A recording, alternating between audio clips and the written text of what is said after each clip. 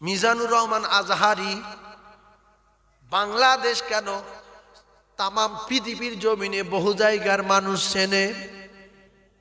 চেনে না আমরা যে কজন আছি নাম শুনেছি না শুনিনি? শুনিস তো? আমাদের বাড়ি ভারতে, মিজানুর রহমান আজহারির বাড়ি বাংলাদেশে। সেই বড় আলেম, কলিজার টুকরা ভাইয়েরা আমার, আল উলামা ওয়ারাসাতুল আম্বিয়া, এইরকম একটা বড় মাপের আলেমের নামে বাংলাদেশের কিছু আলেম তার মিথ্যাবাদী বলে, কাজ্জাব বলে, চিটিংবাজ বলে, সব পড়াশোনা করিনি, কিচ্ছু না। কলিজার টুকরা ভাইয়েরা আমার, আল্লাহর নবী দিন ও দুনিয়ার বাদশাহ, আকায়ে নামদার তাজদার মদিনা, তিনি তামাম পৃথিবীর এক নাম্বার, শুধু না সাত আসমান জমিনের এক নাম্বার, নবীদের নবী, নবীদের ইমাম, গাছের নবী, মাছের নবী, সাপের নবী, মাটির নবী, ইটির নবী, পানির নবী, সবার নবী, চন্দ্র সূর্যর নবী। তাই নবী যার কথা বলতে বলেছেন সে নবীর সঙ্গে কথা বলেছে না বলিনি? গাছের বলছে কথা বল, গাছ কথা বলছে। পাথরে বলছে কথা বল, পাথর কথা বলছে। হরিণ কথা বলছে, চাঁদ কথা শুনছে। আবু জেহেল বলতে কই চাঁদের কই কথা বলো তো দেখি, শোনে কি দেখি? বলছে চাঁদ কেটে যা, কেটে গেছে না যায়। আর একটা বড় মাপের আলেম আছে, হযরত মাওলানা মুফতি আমির হামজা। এই মানুষটার নামে আর এক দল লোক বলছো মুফতি না, ও মানুষ না, ওর ওয়াজ শোনা যাবে না। ওর ওয়াজ যদি শোনো, যারা শুনেছে তারা পশ্চিম দিকে মুখ করে কান ধরে তওবা করুক। এ কত বড় মানুষের বাচ্চা, কলিজার টুকরা ভাইয়েরা আমার। তো একটা লোকের ওয়াজ শুনে যদি সবাই খুশি হয়ে যায়, তাহলে জানবেন এই লোকটার গন্ডগোল আছে। নবী যখন ওয়াজ করত তখন একটা কথা মাথায় রাখবেন, কিছু মানুষ রসুলের ওয়াজের মজলিসে দাঁড়িয়ে দাঁড়িয়ে রসুলের ওয়াজ শুনতে শুনতে কেউ বলে যেত মুহাম্মদ গণক, মুহাম্মদ মিথ্যাবাদী, মুহাম্মদ জাদুকর, মুহাম্মদ নবী না ভণ্ড। এর ভিতর থেকে যারা রাসূলুল্লাহকে মেনে নিল, আল্লাহ পাক তাদের উপরে রাজি আর খুশি হয়ে গেল। রাসূল জানিয়ে দিলেন, আমার প্রত্যেকটা সাহাবী উজ্জ্বল নক্ষত্র, আসহাবিকান নুজুম। আল্লামা হযরত মাওলানা দিলওয়ার হোসেন সাঈদী, আল্লাহ তার জান্নাতুল ফিরদাউস দান বলেন আমিন। তিনি আল্লাহর ওলি হয়ে দুনিয়া ছেড়ে বিদায় নিয়েছে। কারণ একটা কথা তিনি সব সময় বলতেন, আল্লাহ আমার শাহাদাতের মউত দেবেন, আমি শাহাদাতের মউত চাই। আল্লাহ আমার মউতটা যেন শাহাদাতের মউত হয়। ও কলিজার টুকরারা, বাংলাদেশের ডাক্তারেরা বাংলাদেশের নেতাদের কথা শুনে তারা ইনজেকশন দিয়ে মেরে দিয়েছে। তার প্রমাণ বাংলাদেশে হয়ে গেছে। একটা আলেমের জোর করে আল্লাহর জান্নাতুল ফিরদাউসের টিকিট ধরিয়ে দিয়েছে দেলওয়ার হোসেন সাঈদী। আল্লামা হুজুরের মৃত্যুটা শাহাদাতের মৃত্যু হয়েছে। সেই মানুষটা আজও বহু মানুষের কাছে খারাপ। দেলওয়ার হোসেন সাঈদী ভুল বলে, ও কি জানে কটা কোরআন শরীফ পড়েছে। এই রকম প্রত্যেকটা মানুষের পিছনে, প্রত্যেকটা আলেমের পিছনে, প্রত্যেকটা নবীর পিছনে দুশমন আছে না নাই? আমাদের নবীর পিছনে আছে না নাই? এখন আছে না নাই? সেই জন্য আমি একটু পরে ঝালাই দেবো, কিছু লোক আমার উপর রেগে যাবে। ওই না রাখলে তো আমি চিটিং বাজ। আর আমি যদি বলি মদ জায়েজ, কোনো অসুবিধা নাই, কোন আলেম বলেছে মদ খাওয়া হারাম? ও তো খেলে শরীর কিরম একটা আমেজ লাগে, ফলের রস খাবেন অসুবিধা নাই, দামি মদগুলো খাবেন, নামাজ সবসময় পড়ার দরকার নাই, রমজান মাসে একাধবার পড়লে হবে, যদি কেউ না পড়তে পারে কোনো ব্যাপার না। সুদ কিছু না, ও তো টাকা লেনদেনের ব্যাপার। বন্ধন সব মায়েরা যেন করে, কারণ বন্ধন না করলে বাচ্চা কাচ্চা মানুষ করবে কি করে? তাহলে মদখোর, বেনামাজি, চোর, সুদখোর আর বন্ধন, এরা বলবে সাইফুল্লাহ সাহেবের যদি দাওয়াত না দাও আমরা ওতে নেই। তখন ভালো লোক কটা বলবে যে তাহলে টাকা, বলে টাকা আমরা দেবো। ভিজিট কত? 20,000, আমরা দেবো 30,000। ওই হুজুর অরিজিনাল হুজুর। আর কিছু লোক আমার গালাগালি করবে, যে লোক সুদ জায়েজ করে দিল মুকুল্লায়, ইয়ে নামাজ পড়া হারাম করে দিল, নামাজ পড়ার দরকার নেই, লাঠি লিয়ে আয়। ওরা তখন বললো যে লাঠি লিয়ে আয়, আমরা আসি লিয়ে আয়। এরা 4-5 জন এক জায়গা হবে, সুদখোর, মদখোর, চোর, বন্ধন, সব কটা এক জায়গায়। আর শুধু পেলেন ভালো নামাজি কটা একদিকে। তখন ওদের দল ভারী। আবু জেহেলের দল ভারী ছিল না হালকা ছিল? ভারী ছিল। রাসূলুল্লাহ সাল্লাল্লাহু আলাইহি সাল্লাম দীর্ঘ 13 বছর ধরে কি শাস্তি পেয়েছে বলেন? হ্যাঁ, পচা উটের নাড়ি মেরে দেবো বলে একজনের বলেছে, তার নাম উকবা। তার নাম কি?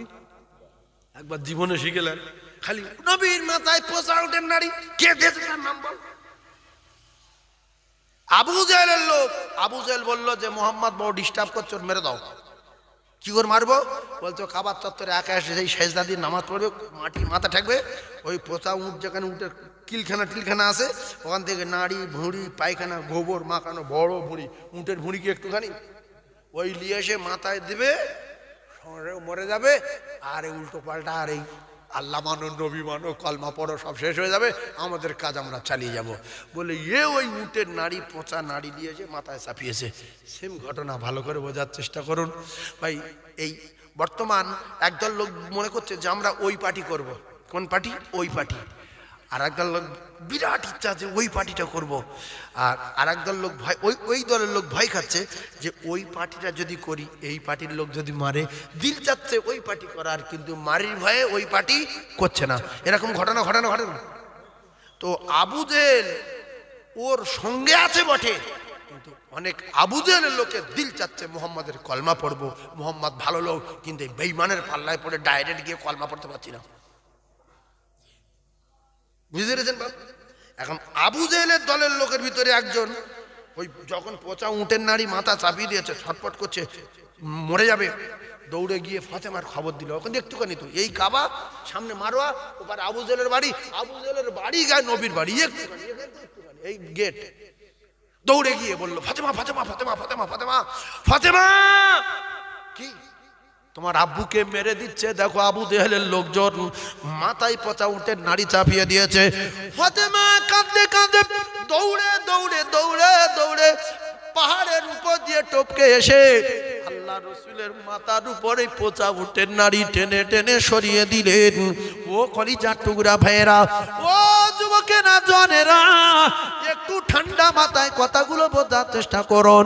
বিশ্বনবী হাবিবুল্লাহ আকায়ে নামদার তাজদারে মদিনা পৃথিবীর আগে নাম্বার হওয়ার পরে, বিশ্বনবী হাবিবুল্লাহ সমস্ত মানবের শিক্ষক হওয়ার পরে, ইন্নামা বুইস্তু মুআল্লিমান, আমার আল্লাহ পাক তার দোস্তকে তামাম মানবের শিক্ষক হিসাবে পৃথিবীর জমিনে পাঠানোর পরে সেই মানুষটা একদল বেঈমানের কাছে ভালো না, আর একদল লোকের কাছে বিরাট ভালো। কথা বুঝতে পারেন? আপনারা বলবেন এই ইমাম সাহেব বাজে লোক, ওই ইমামটা বিরাট ভালো। আর একদল লোক আপনার কাছে বলছে এই ইমামটা একেবারে সোনার ছেলে, ওই ইমামটা ছেবলা লোক। এরকম দুনিয়া ঘটছে না? ঘটছে না? ফকির যদি এই চালতা বেড়ে একটা ফকির বারবার আসে, অন্য ফকির তার মারতে যায়, তুই মঙ্গলবারই ফের আগে রিস কেন? বলতে পারে আমি ভিক করছি, তোর কি হয়েছে? কথা বন্ধ কর, 15 দিন পরে পরে গ্রামে ঢুকবে, গ্রামে আমি আছি। এই যারা মাতব্বরি করেছে বেশি, ও কলিজা টুকরা ভাইয়েরা আমার, যারা বেঈমানের দলভুক্ত হয়ে গেছে বেশি, ও মুসলমানেরা, যুবকেরা, জওয়ানেরা, আবু জেহেলের দল ভারী হয়ে গেল। বিশ্বনবী হাবিবুল্লাহকে তরবারি দিয়ে মেরে মাথা কেটে দেওয়ার অর্ডার দিল, মুঠ পুরস্কার দেবে। এরা সবাই বেঈমানেরা রাসূলুল্লাহর ঘর ঘেরাও করেছিল না করেনি? সেই রাতের সংক্ষেপে বলছি, বিশাল অনেক 8-10 ঘন্টার ঘটনা। সংক্ষেপে এক কথায়, রাসূলুল্লাহ রাতের বেলা বেরিয়ে গেলেন একা। শেরে খোদা আলী ঘরের ভিতরে ছিল। যাবার সময় সিদ্দিক আকবরকে সঙ্গে নিয়ে নিল। যাওয়ার সময় কার সঙ্গে নিয়েছে? আবু বকর সিদ্দিক রাদিয়াল্লাহু তাআলা। এইবারে কোথায় কি হলো আমি আর বলবো না। ওই হিজরত করলেন নবী মদিনা। এদের দলটা বিরাট ভারী হয়ে গেল। এজন্য বেশি কথা বলা, বেশি মাথা মারা, বেশি মাতব্বরি করা, অহংকার তাকাব্বরি দেখানো ভালো না বলে আল্লাহ পাক কোরআনে জানালেন, ইন্নাল্লাহা লা ইহিব্বু মান কানা মুখতালান ফাখুরা। অহংকার করেছো তো জুতো খেয়ে মরছো। একটা সুন্দর তত্ত্ব এবারে আমি আপনাদের সম্মুখে তুলে ধরতে চাই। যারা নবীর দুশমনি করেছে, আলেমের দুশমনি করেছে, মাওলানার দুশমনি করেছে, আল্লাহ ওয়ালাদের দুশমনি করেছে, আলেমদের পিছনে লেগেছে, আল উলামা ওয়ারাসাতুল আম্বিয়া। আল্লাহ রাসূল জানিয়েছেন এই আলেমরা হলো আমি নবী আমার ওয়ারিস। সারা পৃথিবীর মানুষ মিজানুর রহমান আজহারীকে ভালোবাসে, সারা দুনিয়ার মানুষ এমনি করে আরো বড় বড় মাওলানা আল্লামা হযরত মাওলানা দিলওয়ার সাইদিকে ভালোবাসে, মুফতি আমির হামজাকে ভালোবাসে, ইনায়েতুল আব্বাসী হুজুরকে ভালোবাসে। বাসে না বাসে না? কিন্তু একদল লোক বলছে ও কাফের, ও মানুষ না, ওর ঈমান নেই। আর একটা মুখ্যু বলছে, মুখ্যু বলছে ওই লোকটার ওয়াজ তোমরা শুনলে ওরে আবার মুফতি বলো। যারা ওর ওয়াজ শুনেছো তারা পশ্চিম দিকে মুখ করে কান ধরে তওবা করো। ছি ছি ছি ছি ছি, এরা আবার আলেম? হ্যাঁ, যারা চুল কাটে ওদের কি বলে? নাপিত। নাপিত চুল কাটছে। এই একটা নাপিতের কাছে চুল কেটে আপনি আর একটা নাপিতের দোকানে যাবেন যে ভাই ও তো 70 টাকা নিল, দেখতো মাথাটা দেখতো। বলছে তুই মাথায় কিচ্ছু নিই তো, সব জায়গায় খাঁজ রে, টাকাটা জাহান নামে দিলি। তুই আমার দোকানটা চলে যান, খরিদ্দার আসবে না, চলে চলে চলে। ও বলছে ভাই তা কি করবো, করে ফেলিস, আর কি করবো, তো তুই কেটে দে ভাই। তো ও এবারে কেটে দিল।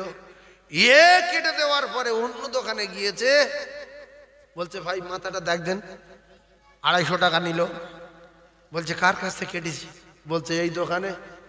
বলছে ও কবে কাজ শিখেছ? ও আমার দোকানে 5 বছর কাজ করেছে, আর আমি 27 বছর চুল কাটছি। এই 3-4 জায়গায় তো খাস ফেলে দে, রাউন্ডের বেঁকিয়ে দিস কেন? হ্যাঁ, যা চলে যা, টাকা পয়সাগুলো সব শেষ করে দে, ফালতু এখানে দাঁড়িয়ে নিয়ে যা। বলছে ভাই তা তুই দে। ও এবারে বাদ বাকি দুজন কেটেছে, আর আছে কি যেটুকু ছিল নেড়া করতেছে, পুরো পেলেন করতেছে। কথা বুঝতে পারিনি? এইরকম হিংসা আসে না নাই? হ্যাঁ, এ ডাক্তারের প্রেসক্রিপশন অন্য ডাক্তারের দেখাতে বলছে রাখ রাখ, কি হয়েছে বল রাখ। সবজি বাড়ি পাশাপাশি বলছে ওর টমেটো পোষা, ওর শিম সব পোকা পোকা, ও ওজনে কম দেয়, ও সার মেরে ভুলিয়ে দিয়েছে, আমার বিনা সারের মাল, একবার খাইলে জিন্দিগির মন থাকবে। মানে প্রত্যেকের কায়দায় প্রত্যেকে চলতে চাচ্ছে। কথা ঠিক না ভুল গো? গাড়িওয়ালা, ভ্যানওয়ালা, ফেরিওয়ালা, এমনি করে ব্যবসায়ী, দোকানদার, ভ্যানওয়ালা। একটা ভ্যানে 4টে প্যাসেঞ্জার উঠেছে। বলছে ভাই তুই যার ভ্যানে উঠেছিস আজকে বুঝতে পারবি, তুই চালতাবেড়ে থেকে সোনপুরে যাবি, এখন বাজে 9টা, ঠিক 12:30টার দিকে পৌঁছাবে। কেন? 3টে বিয়ারিং সব খারাপ। ও চিন্তায় মাথা খারাপ যে কার ভ্যানে উঠেছি, লাভলি পিটবে, যা হয়ে গেছে আজকের দিনটা আর জীবনে যাবো না। বলছে আমার ভ্যানে উঠলে পাক্কা 15 মিনিট ঘড়ি ধরবি, পৌঁছে যাবি। ও যদি ওইটা শোনে রেগে যাবে না? যাবে না? কলিজার টুকরা ভাই দুটো পায়ে ধরে বলি, এই হিংসা হলো পোকা। হিংসা কি? পোকা। এই পোকা এমন সাংঘাতিক পোকা, আপনার ঈমান কুরে কুরে খাবে, আপনার দেবে ধোকা, আপনার শেষ করে দেবে। ও মুসলমানেরা, যুবকেরা, জওয়ানেরা, তাই বড় বড় আলেমদের নামে আলেমে গীবত করে, আর সাধারণ মানুষ যারা ঈমানদার আল্লাহওয়ালা এরা অবাক হয়ে যায় যে আলেম ওলামা যদি এরা এরকম করে, আমরা কোন দিকে যাব, তোমরা কোন দিকে যাবে? তোমাদের আযান যখন কানে শুনতে পাবে তোমরা তখন মসজিদে গিয়ে আল্লাহর দরবারে কাঁদবে, আল্লাহ আপনি আমার নামাজ কবুল করুন, আমার তেলাওয়াত কবুল করুন, আমার দোয়া কবুল করুন। আল্লাহ আমি আপনার দরবারে দাবি করি, আল্লাহ গো আমার জুমার দিনে মউত দেবেন, আমার জুমার রাতে মউত দেবেন। রাসূলুল্লাহ জানান যারা জুমার রাতে মৃত্যুবরণ করবে তাদের কবরের আর কোনো আযাব হবে না, তারা মরবে আর কবরে শান্তির সঙ্গে ঘুমিয়ে যাবে, কবরে কোনো প্রশ্ন উত্তর হবে না। আপনি এত টেনশন নিয়ে ঘুরছেন কেন? এ ওই ওয়াজ করছে কি করব, ও সেই ওয়াজ করছে কি করব, যে যা করছে নামাজ কায়েম করতে বলেছে আল্লাহ। নামাজ তো কোনো মৌলবীর বানানো কথা না। তুমি নামাজ না পড়ে এত বুড়মি করো কেন? এই নামাজ কোনো মানুষের কথা না, আল্লাহর কথা। আর কথা বলে তাহলে এইটা আগে করো না বাপের বেটা। ও এরকম করেছে, শেষ এরকম করেছে, কার কথা লবো? আল্লাহ বলেছে নামাজ কায়েম করো। প্রত্যেক মুসলমান যদি নামাজ করে অটোমেটিক আল্লাহর কসম এর দিল পবিত্র হয়ে যাবে। ইন্নাস সালাতা তানহা আনিল ফাহশাই ওয়াল মুনকার, নামাজে এত পাওয়ার, ও আপনি ভালো হয়ে যাবে। নামাজ নেই, কালাম নেই, এই বলেছে ওই বলেছে, আমি কোন দিকে যাবো? নামাজ পড়িস না, তা তুই কি, তুই তো বুঝ রে। আল্লাহু আকবার, আল্লাহু আকবার।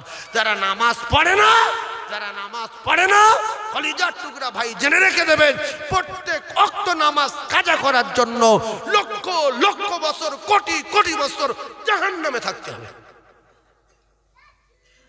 হিন্দুরা নামাজ পড়ে, কথা বলেন, ওরা ওদের ধর্ম পুজো করে। খ্রিস্টানেরা নামাজ পড়ে, ওরা গির্জায় গিয়ে ওরা তাদের ধর্ম পালন করে। হিন্দুরা কেউ শাঁখে ফুঁক দিচ্ছে, কেউ গাছের গোড়ায় গিয়ে প্রণাম করছে, মন্দিরে গিয়ে টাকা দিচ্ছে, প্রণাম করছে, পুকুরে লেবে প্রণাম করছে। যাই হোক, তাদের ধর্ম তাদের কাছে বিরাট ভালো বলে তারা কিছু না কিছু একটা করছে।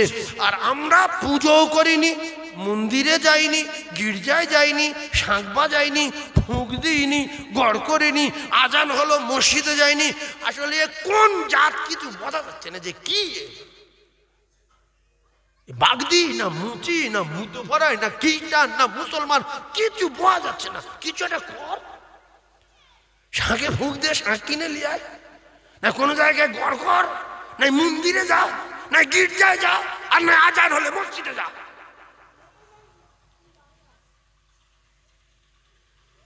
কোথায় যাব বলেন? যে কোনো এক জায়গায় যাবো বলেন। এই ভাই বলছে মসজিদ যাব। আল্লাহ আমার ভাইয়ের জান্নাতুল ফিরদাউস দেন। সবাই আমিন বলেন, আমিন বলেন। আমরা তো যাওয়ার চিন্তা ভাবনা নেই তো, যে যাবে বলছে তার পাঠিয়ে দেন। অনেকগুলো হিংসা করে বলে না যে আমি যদি আমিন বলি ফটকে যদি কবুল হয়ে যায় আর ও যদি বেরিয়ে যায়। লোক সংখ্যা যত বেশি হবে তত দোয়া কবুল হওয়ার সম্ভাবনা বেশি থাকবে। একটু পরে একটু ওয়াজ করা করতে হবে, বুঝলেন? এই করা জায়গা আমি যা বলেছি এই পর্যন্ত পাক্কা 1 ঘন্টা হয়ে গেছে। আপনারা খুব ধৈর্য ধরে শুনছেন বলে টাইমটা বুঝতে পারেননি। 1 ঘন্টা হয়ে গেছে, দেখেন 12টা বেজে গেছে, 5 মিনিট বাকি। 5 মিনিট আগে উঠেছি আর 5 মিনিট হয়ে গেছে। কলিজার টুকরা ভাইয়েরা আমার, ঠান্ডা মাথায় বোঝেন, আমি এবারে কঠিন তত্ত্ব দেব। তাহলে যে যা করুক নামাজ পড়তে হবে, সে আজান গাজী হোক, বেরিলি হোক, হাতিহারা হোক, আর হেজবুল্লাহ হোক, আর ফুরফুরা হোক। আল্লাহ যদি সবার মালিক হয়, আল্লাহর কসম আল্লাহর একটা দল হলো নামাজি দল। যার ভিতরে নামাজ নাই সে আল্লাহর দল না। এইবারে কোন দল আছে বলুক? জানি ওইটা মানি না, তাহলে সে কাফেরের দল। সে কার দল? কাফেরের দল। যে ওয়াকিমুস সালাত মানে না, এ কাফেরের দল। মানুষের বাচ্চা নামায়নি, কালামনি, কিচ্ছু নেই, আমি অমুক, আমি তমুক, আমি ফুরফুরা, আমি তবলিগ, নামাজ পড়া, কেলিয়ে হয়ে যাবে। এই কথা ঠিক না ভুল বলে? নামাজটা পড়ে ঝাপাস কর। এইবারে আসেন, নামাজ যারা পড়েছিল তাদের দিকে শিক্ষা নিতে হবে। একবার দরুদ পড়েন ভালো করে, মনে করেন এই আল্লাহুম্মা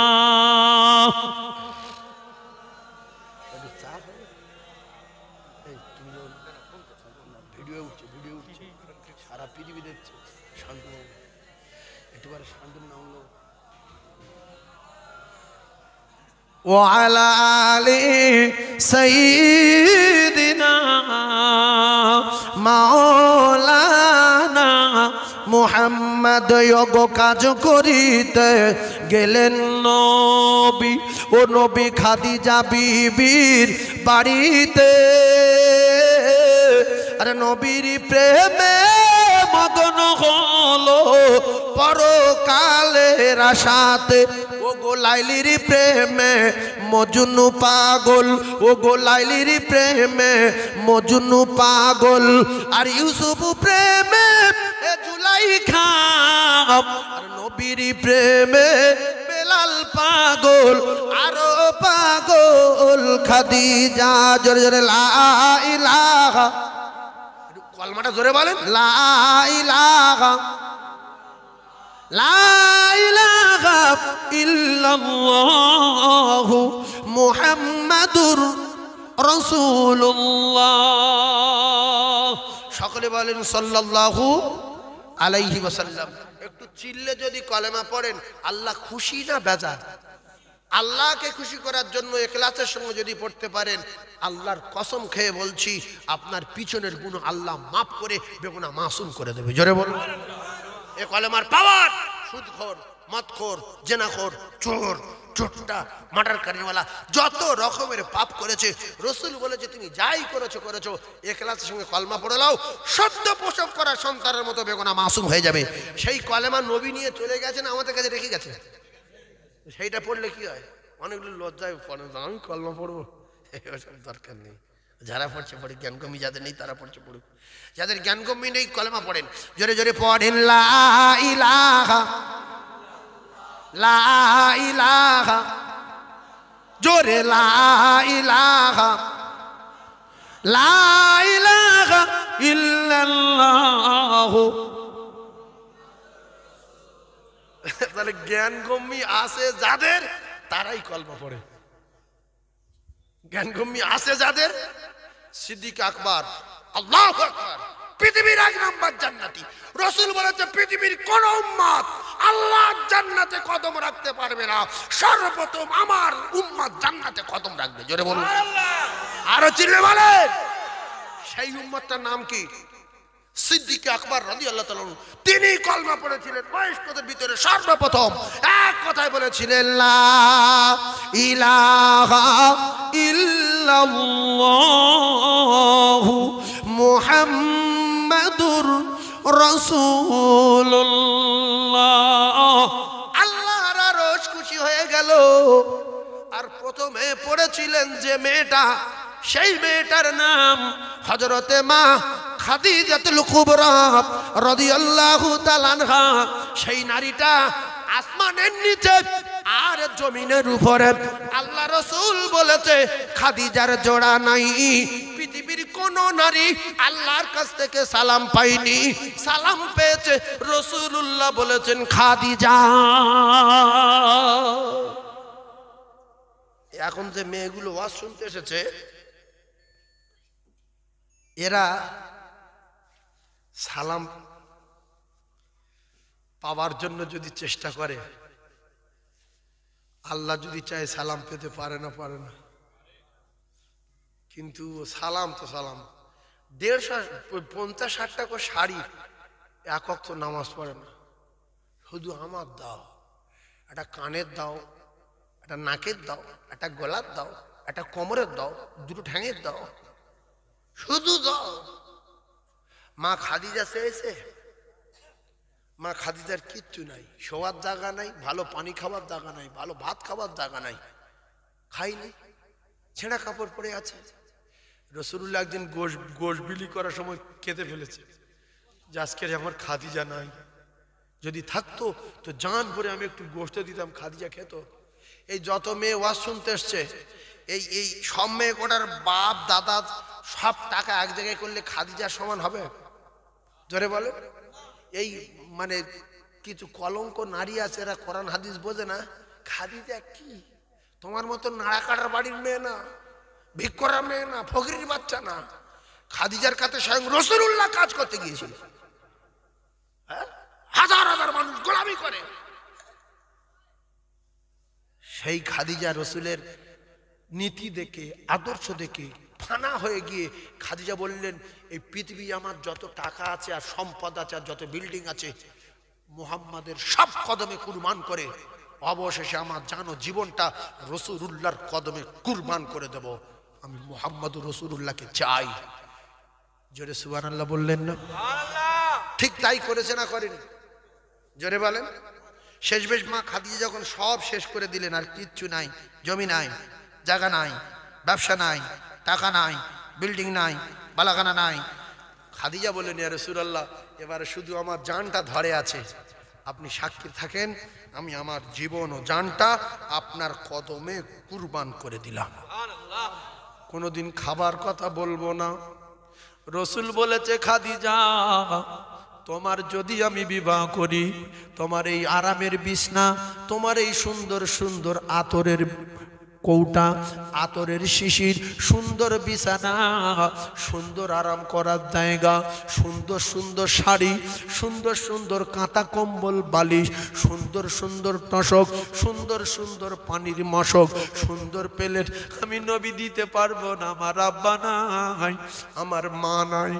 খাদিজা বলে, ইয়া রাসূলুল্লাহ কথা দিলাম জীবনে খাবার কথা বলবো না, আপনার কষ্ট দেব না, কোনোদিন কাপড়ের কথা বলে ব্যথা দেব না, কোনোদিন আমার তরফ থেকে আপনি কোনো কষ্ট পাবেন না।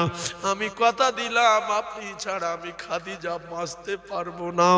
আল্লাহ রাসূল সেই খাদিজাতুল কুবরাকে জীবন সঙ্গিনী করার পরে মা খাদিজাতুল কুবরার শোয়ার জায়গা নাই। যে খাদিজা স্পন্সের বিছানায় ছিল, ছোট্ট কুঁড়ে ঘরে, এমনি করে খেজুর পাতার ছোট্ট কুঁড়ে ঘর, ওর ভিতরে ভালো সবার জায়গা না, ওর ভিতরে ভালো পানি খাবার জায়গা না, দিনের পর দিন খাওয়া হয় না। খাদিজা ছেঁড়া কাপড় পরে, রাসূলুল্লাহর কোনো কথা বলে না, বরং স্বামীর জন্য খাদিজা দাঁড়িয়ে থাকে, খানা খায় না, স্বামীর জন্য দাঁড়িয়ে থাকে, বিছনায় আরাম করে না। স্বামীর কষ্টের কথা মনে উঠলে সেখানে দৌড়ে চলে যাবে, স্বামী কষ্ট পাবে, খাদিজার জীবনে সহ্য হবে না। ও ভাবিরা, খালারা, কেন খাদিজা পৃথিবীর এক নাম্বার, একথা কি একটু স্মরণ করা যায় না? স্বামীর 3টে টাকা হয়েছে, স্বামীর 2টো টাকা হয়েছে, ফকিরের বাচ্চা ষাঁড় সেজেছে। তোমার বাপ ক টাকার মালিক? আমার এই কথা শুনে তুমি তোমার বাপের জিজ্ঞাসা করো, ভাবি যে আব্বা তুমি খাদিজার চেয়ে ধনী না? ওর বাপ বলো, থাবাট করতো, আমার চাপা দিয়ে, কার কথা কি বলছি রে? খাদিজার চেয়ে ধনী আছে কোনো গিন্নির বাপ আছে? আমাদের যে কজন বিবাহ করার লোক, বিয়ে করা লোক এখানে বসে আছি, তার শাশুড়ি কি খাদিজার চেয়ে ধনী আছে? কার আছে?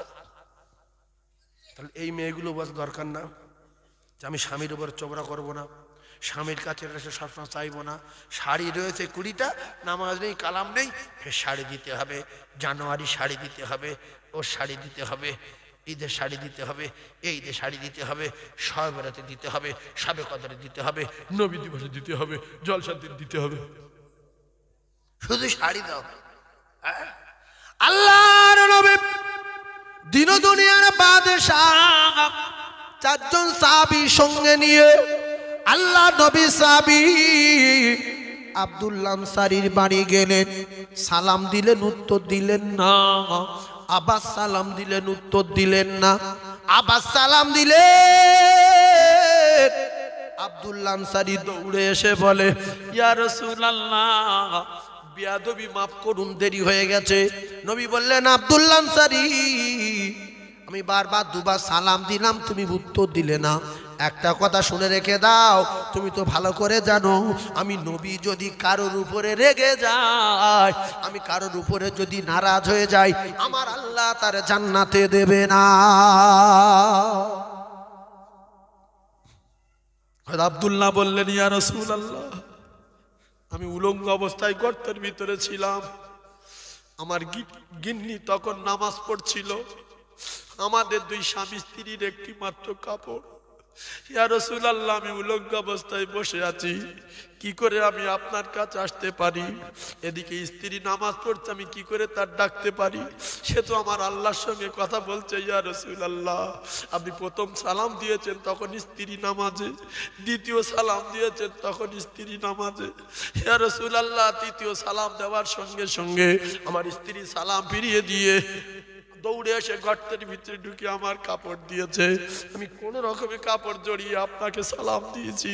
ইয়া রাসূলুল্লাহ, ক্ষমা দিন, ক্ষমা দিন। নবী চোখের পানি জারি হয়ে যায়, ঝরঝর করে রাসূলুল্লাহ কাঁদে। কেতাবে লেখা, সাহাবায়ে কেরাম সবাই কাঁদছে কথা শুনে। ওগো আমার আল্লাহ, এত কষ্টই থাকার পরে দুই স্বামী স্ত্রী নামাজ কাজা করে না। আল্লাহ নবী বললেন, আবু হুরায়রা, আল্লাহ নবী বলেন, আব্দুল্লাহ আনসারী, তোমার কথা শুনে আমার ভীষণ ভালো লেগেছে।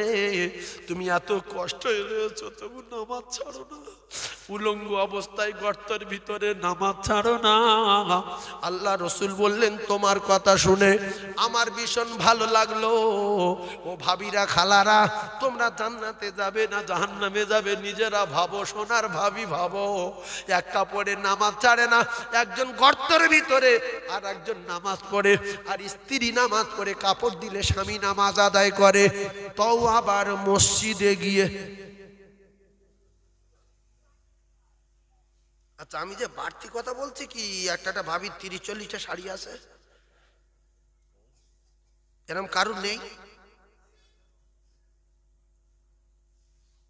অনেক স্বামী জানে না, বিশ্বাস করুন, তার স্ত্রীর কটা কাপড়। এটাও সত্য কথা বলেছি। এতে 20টা, ওতে 25টা, আলনায় 10টা, ওর ভিতর 15টা। এটা বোনার শাড়ি, ওটা ভাইরাবার শাড়ি, এটা চাস্তবার শাড়ি, ওটা মামাতবার শাড়ি, এটা আমার বাপের শাড়ি, ওটা বড়বার শাড়ি, এটা মেজবার শাড়ি, এটা মেজবার বাপের শাড়ি, এটা সেজবার শ্বশুরের শাড়ি, এটা আমার বড় বোনের শাড়ি, ওটা ছোট বোনের শাড়ি, এটা ননদের শাড়ি, এটা বড় ননদের শাড়ি। এরকম ভাবি দেয় না, দেয় না? ও ভাবি, এত শাড়ি কি করো? এইটা পরে দীঘায় যাই, ওইটা পরে বাকখালি যাই, এই নিকো পার্কের, ওইটা নিকো পার্কের, এটা ভিক্টোরিয়ার, ওইটা সায়েন্স সিটির, এটা বকখালির। তা নামাজ পড়ার শাড়ি কই? ওই শাড়িটা নাই, ওই শাড়িটা নাই। 15-20টা শাড়ি আছে, ভাবি নামাজ পড়ে না। এরকম ভাবি আছে না নাই? কথা বলেন। এইবারে ওয়াজ শোনেন। নবী বললেন, আল্লাহ নবী, সাহাবী, তোমার কথা শুনে আমার খুব ভালো লাগলো বটি, কিন্তু এই ছেলেটার উপরে তুমি অত্যাচার করছো কেন? আব্দুল্লাহ আনসারী একটা ছেলের উপরে অত্যাচার করছে। রাসূলুল্লাহ বলেন, আব্দুল্লাহ, এই ছেলেটার উপরে তুমি অত্যাচার করছো কেন? রাসূল বললেন, ইয়া রাসূল, আল্লাহ নবী, সাহাবী বললেন, ইয়া রাসূলুল্লাহ, কি হয়েছে? বলছে, তুমি এই ছেলেটাকে 8-10 বছর বয়সের ছেলে, তুমি কেন এর গাছের গায়ে বেঁধে রেখেছো শিকল দিয়ে? সাহাবী কাঁদে, ইয়া রাসূলুল্লাহ, ইয়া হাবিবাল্লাহ, আমি যখন রুজির তালাশে বাইরে বেরিয়ে যাব, আমার স্ত্রী তখন ওই অবস্থায় গর্তের ভিতরে থাকে, আমি কাপড় পরে বাইরে চলে যাই, আমার স্ত্রী বাইরে বেরোতে পারবে না। আর এই ইহুদির বাগানের একটা খেজুর গাছ আমার উঠোনে হেলা হয়ে এসেছে, আমি যদি আমার এই ক্ষুধার্ত ছেলেটাকে কয়েকদিন ধরে খাওয়া নাই, দিনের বেলা খাওয়া নাই, রাতের বেলা খাওয়া নাই, আমি আমার এই সোনার মানিককে যদি বেঁধে রেখে না যাই, ওই খেজুর গাছ থেকে খেজুর আমার উঠোনে পড়ে, ও যদি গুড়িয়ে খেলায় চুরি করে খাওয়া হবে। আর আপনি তো বলেছেন, ইয়া রাসূলুল্লাহ, লা ইয়াদখুলুল জান্নাতা জাসাদুন গুদিয়া বিল হারাম। ইয়া রাসূলুল্লাহ, তাহলে আমার এই ছেলেটা জাহান্নামে যাবে, আমার কি দায়িত্ব নাই আমার আহলে বর্গদেরকে বাঁচানোর? ইয়া রাসূলুল্লাহ, ওর জাহান্নামের আগুন থেকে বাঁচাবো বলে ওর গাছের গায়ে শিকল দিয়ে বেঁধে যায়, যাতে করে খেজুর পড়লে গুড়িয়ে না খেতে পারে।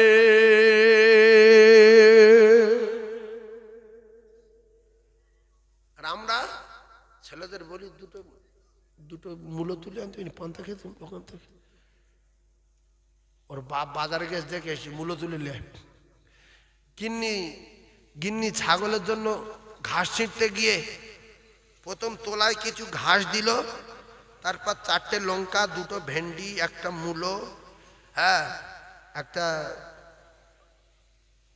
টমেটো দিয়ে ফের কিছু ঘাস ছিঁড়ে উপরে।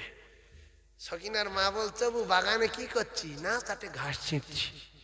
উঠে দাঁড়ালো, কোঁচড় ফুলে আসে পেটে তার, কে আর মেয়েদের ওখানে চেক করবে বাবা? তো যাও, মনে মনে করতে লাইলিকা যা পারে করে করি, ঘাস আছে যাও। ওই স্বামী নামাজি ছিল, ওই লঙ্কা নিয়ে ভর্তা করেছে, আলু ভর্তা, এ ভর্তা, টমেটো ভর্তা, ও ভর্তা করে স্বামীর যখন দিল চমচম করে খেলো। এই স্বামী শরীর জাহান্নামে যাবে। লা ইয়াদখুলুল জান্নাতা জাসাদুন গুজিয়া বিল হারাম। কলিজার টুকরা ভাইরা, একটু বোঝার চেষ্টা করুন।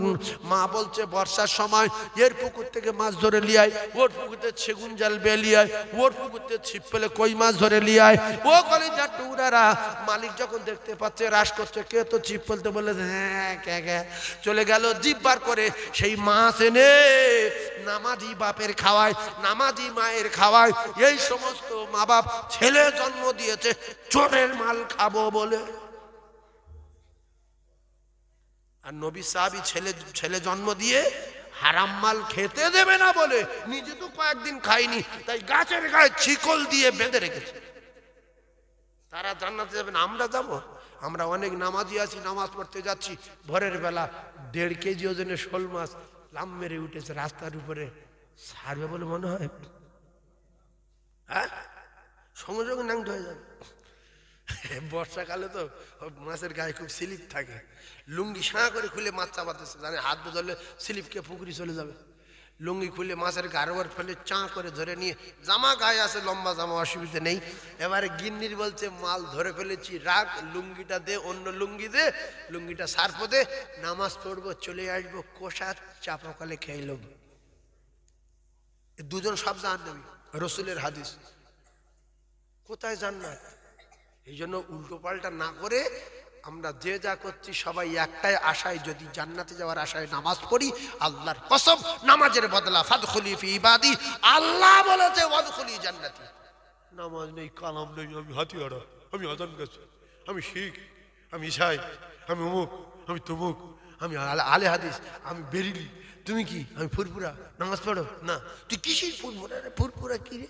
ফুরফুরা তো গ্রামের নাম, ফুরফুরা তো একটা গ্রামের নাম। ফুরফুরা কি? ফুরফুরা কি কোনো পীর না কোনো ওলি? একটা কথা বোঝে না তো? ফুরফুরা কি ওলি না পীর? তোমার বাড়ি কোথায়? চালতা বেড়ে হয়ে গেল। চালতা বেড়ে বাড়িতে, চালতা বেড়ে কি?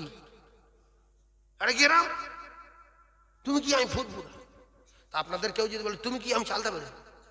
চালতা বেড়ে কি হয়? আমি যদি বলি যে, তো আপনাদের জিজ্ঞাসা করি যে ভাই ঘটা বুড়ি দেখলো, তুমি কি করো? আমি চালতা বেড়ে। আরে তোর বাড়ি তো চালতা বেড়ে, তা তুই কি করিস বল? হয় নামাজ কালাম পড়ি, ভালো মানুষ, এই ব্যাপার ভালো জিনিস।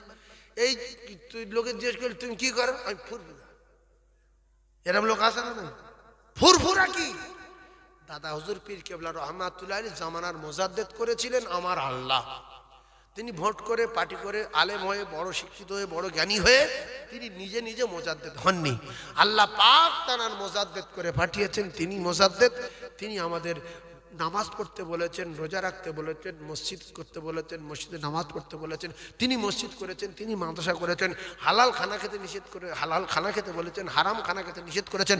মা বাপের খিদমত করতে বলেছেন। এক কথায় কোরআন আর হাদিসের অনুকূলে আল্লাহু আকবার তিনি আমাদেরকে অনেক মানুষের রাস্তা দেখিয়েছে।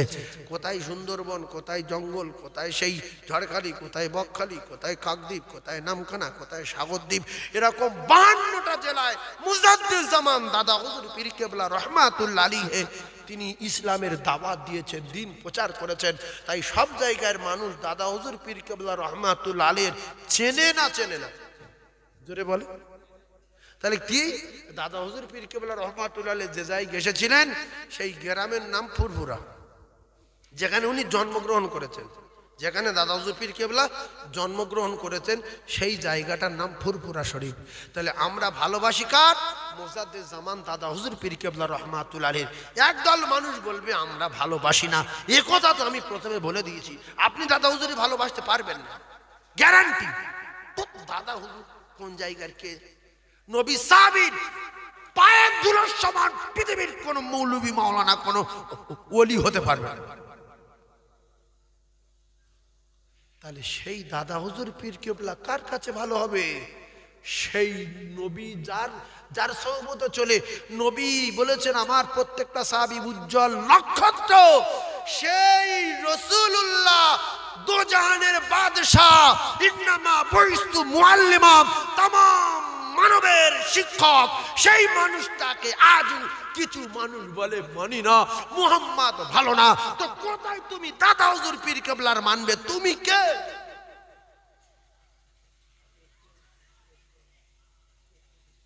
সেজন্য দুটো পায়ে ধরে বলছি, দাদা হুজুর পীর কেবলার মানেন, এর মানেন, ওর মানেন, ওর মানেন, এর মানেন। সব সময় একটা কথা দিলে জাগা দেবেন। সবার ছোট ভাই হিসাবে, সন্তান হিসাবে বলে যাচ্ছি, বলবেন এও ভালো, এও ভালো, ও ভালো, এও ভালো, এ ভালো, শুধু আমি খারাপ। আর ভিতরে নামাজটা 5 ওয়াক্ত থাকবে। আয়াতুল কুরসি প্রত্যেক ফরজ নামাজের পরে পরে একবার করে পড়বে। এর সামনে জান্নাতে যাওয়ার জন্য কোনো রাস্তা বাধা থাকবে না। রাসূল বলেছে মরণটা শুধু বাধা, মৃত্যুটা শুধু বাধা। মরবে আর আল্লাহর জান্নাতে যাবে যদি নামাজ 5 ওয়াক্ত পড়ে। জোরে বলুন, আরো জোরে বলুন। চিল্লে তাকবীর দেন, নারে তাকবীর। তাহলে আমরা যে যাই দল করি 5 ওয়াক্ত নামাজ পড়বে ইনশাআল্লাহ। জোরে বলেন ইনশাআল্লাহ। তাহলে নামাজ পড়া কার কথা? আলে হাদিসের, বেরিলির, আজানগাছির, হাতিয়াড়ার, তবলিগির না ফুরফুরার? কথা বলেন। আল্লাহর। তাহলে আল্লাহ যদি সত্য হয়, কোরআন যদি সত্য হয়, যালিকাল কিতাবু লা রাইবা ফি, এই কথাটা যদি আমার আল্লাহর হয়, তাহলে সেই সত্য কিতাব প্রত্যেকের মেনে নেওয়ার দরকার আছে না নাই? সবাই মানবো ইনশাআল্লাহ। যদি মানার মন নিয়ে তাকবীর দেন বোঝা যাবে কে মানবে আর কে না মানবে। যদি তাকবীর জোর হয় তাহলে বোঝা যাবে নারে তাকবীর। আল্লাহ কবুল করেন মানার তাকবীর, নারে তাকবীর। আরো জোরে নারে তাকবীর। নারে তাকবীর। ও গো যারো কদমের ওসিলাতে, ও গো যারো কদমের ওসিলাতে হাবিয়া দোজখ নিভে যায়। আর সে যে মোদের দয়ার নবী আসেন শুয়ে মদিনায়। ওরে আরব দেশে জন্ম নবী, ওরে আরব দেশে এ জন্ম নবী আব্দুল্লাহর ঘরেতে। আর সবার সেরা নবী মোদের এলেন সবার পরেতে। সে যে মায়া মিনার কোলের চাঁদ করে ঝলমল। তোরা সাল্লি আলা মুহাম্মাদিন বল সকলে বল আল্লাহুম্মা। জোরে বলেন।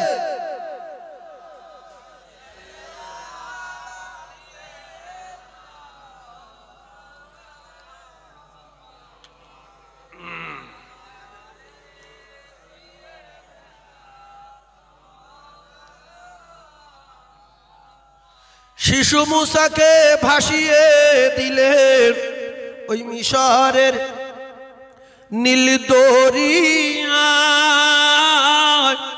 আর যাহার ভয়ে ভাসিয়ে দিলেন সে যে উঠল তাহার কিনারায়। আর ফেরাউন বলে ও আসিয়া এই এলো মোর দুশমন। যারা গোমনে ভাঙবে আমার এই সিংহাসন। যত বড় বাবু গিন্নির কাছে কাবু।